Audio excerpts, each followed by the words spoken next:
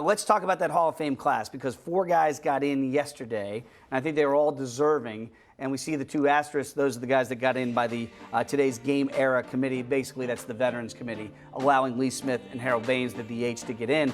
Halladay, Edgar, the Moose, and Enter Sandman have all entered the Hall of Fame. And no issue with any of these guys to be getting in. Obviously, you can take issue if you want with Harold Baines, with the Veterans Committee, if you're going to allow DHs in.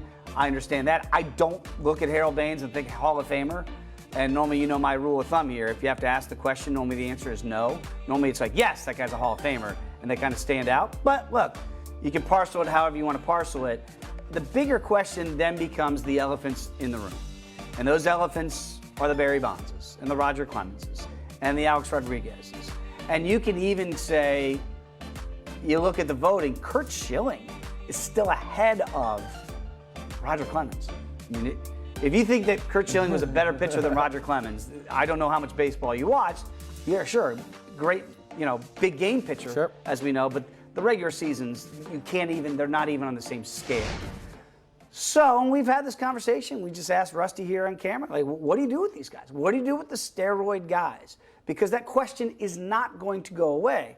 And they didn't jump up at the percentage that I think a lot of people thought that want these guys in the Hall. They didn't jump up enough to think that there's going to be any change in the near future. Because I think Sammy Sosa, who has over 600 career home runs, got 8% of the vote. Like, Sammy's not getting in, period. Not with a vote. So now we're starting to parcel.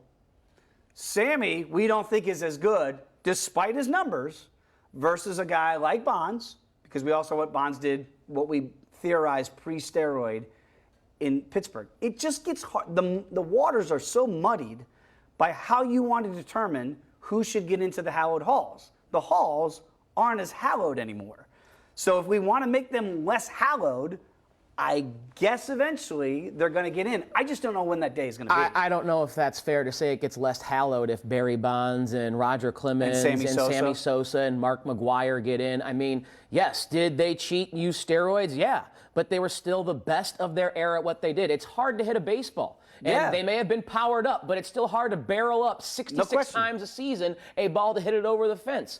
So to me, all I do when I look at any Hall of Fame is, how are you compared to your peers at the time? Because the game is always changing and always evolving. In basketball, they didn't shoot three-pointers back in the 1950s. The line didn't even exist. So you have to account for how the game has changed and evolved, and you can't compare yourself against someone from another era. You can't compare Mike Trout to Willie Mays. No. You got to compare Mike Trout to the players that his contemporaries he shares the field with for his 10, 12, 15, 20-year career. Hopefully it's that long, because I love watching Mike Trout. And was he the best player? Absolutely. Was Barry Bonds the best player? Absolutely. Was Roger Clemens the best pitcher? Absolutely. Was Sammy Sosa the best power hitter? Absolutely. And I think you can go into a Hall of Fame for being a one-dimensional but all-time great. Devin Hester belongs in the Hall of Fame because he's the greatest kick returner of all time. Let's keep it to baseball, because I think what you're doing here... Ozzie Smith is in the Hall of Fame because he's the greatest defensive player of all time, not because he was an all-around player. He's the greatest defensive first baseman of all time. So, like, that's what my point is. How are you compared? That's my standard. So it's different than yours. It's different from everyone else, but that's my standard, and I think it's reasonable. It's reasonable, but you're leaving out the elephant in the room of how did those guys achieve those numbers? The proven steroid guys, Tyler.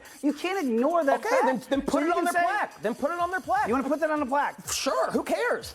I would think that the guys that played before them care. And that's why you hear guys like Joe Morgan say, I don't want them in. Then those guys who played before him can voice their opinion. That is the beauty of this country. They have the right to do that. But to deny that these guys existed in the game of baseball?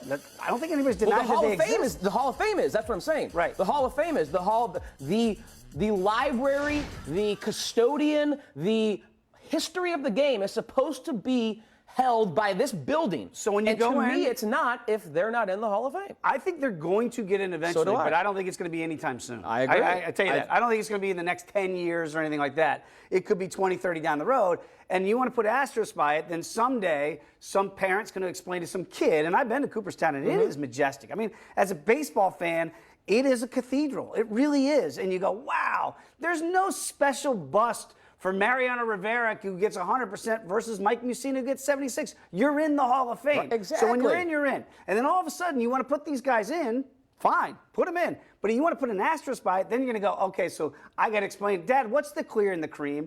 Well, that's what Barry Bonds took, and he admitted it to a federal court, but he said he didn't know what it was when he was taking. So what does that mean? Well, it means that he was putting this topical steroid on, and then that allowed him to hit not 40 home runs like he hit in Pittsburgh, but 70 plus that he hit in San Francisco, because he saw Mark McGwire, who cheated from day one, according to Jose Canseco, in his book called Juiced. I mean, do we want to go into all those nuances? Yeah, because that's the history. If that's your logic as the parent, you're afraid to explain steroids. Not afraid, but that's what you'd have to do, because they've got to ask. You got to tell that Babe Ruth didn't play against people of color, and so his numbers are inflated by the fact he didn't face the greatest competition. Sure, but we can't blame Babe Ruth for the era he lived in. It's not his fault that Major League Baseball was racist at the time. I know, but that's the history. But that shouldn't go on his mantle. There's not an asterisk for him. It doesn't go on his. But that's what you're arguing for. No, I don't care.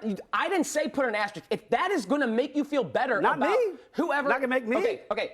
Barry Bonds, Roger Clemens belong in the Hall of Fame. If you want to put an asterisk, great. If you don't, I don't care. Denote that they use steroids. Who cares? But tell the truth. Tell the truth of what happened. You don't care, but others do. Okay, that's fine. I know they care, but tell me that they don't belong in the Hall of Fame. I would say this. It's not my game, right? It's our game. It's the players that played it before, like Joe Morgan's and like Hank Aaron, and those guys go, I don't want them in because they cheated. And when you throw the broad brush and the net of, well, everybody cheated. They did amphetamines in the 70s. Guess what? There's people who didn't want Hank Aaron in because he was black. But and that's terrible. I know this is bad, and it's not apples to apples. You can't correct history. That's what we're trying to do here. We're trying to correct history by denying them in the Hall of Fame. By saying because they did steroids. Correcting it. They got those numbers illegally.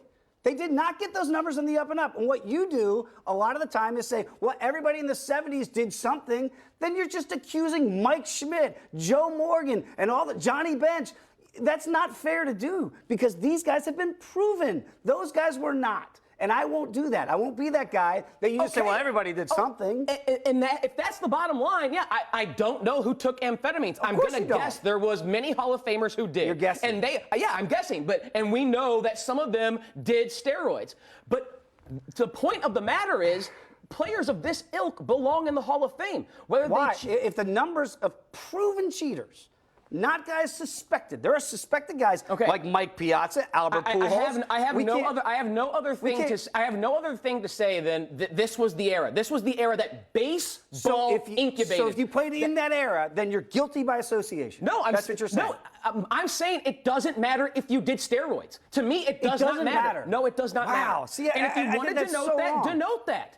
And the point of the matter is, this was an era that baseball incubated and supported. The game is going to punish these individuals for basically playing by the rules the game under the table allowed. Baseball wanted Barry Bonds hitting 70 home runs. Baseball wanted Sammy Sosa and Mark McGwire. And now baseball's punishing them for the game that they wanted them to play to save it with the fan base. They did to me, that is hypocrisy and not fair. And that's why they belong in the Hall of Fame. Bottom line for me. For cheating, because they were allowing cheating in that era. That's the argument. Okay. Yes. If that's the way you want to If baseball's allowing cheating, then why should they be punished for doing what baseball allowed? I would be so offended if I was a clean player that got numbers. That's fine, and they have a legitimate argument. I mean, Barry Bonds have a legitimate argument. The clean players do. I have sympathy for them. If you were a clean player, started doing steroids because he saw what Mark McGwire was doing and said, do you know what the type of player I am versus Mark McGwire? And I'll prove it. And he did. And he belongs in the Hall of Fame for that. It was like a science experiment. And he belongs in the Hall of Fame for that. He belongs in the Hall for everything he did before he ever did steroids. And after. And after. Yes, and after. That my numbers doubled, and you saw them double. He belongs in the Hall of Fame for being the player, the caliber player that he was. His numbers prove it before and after.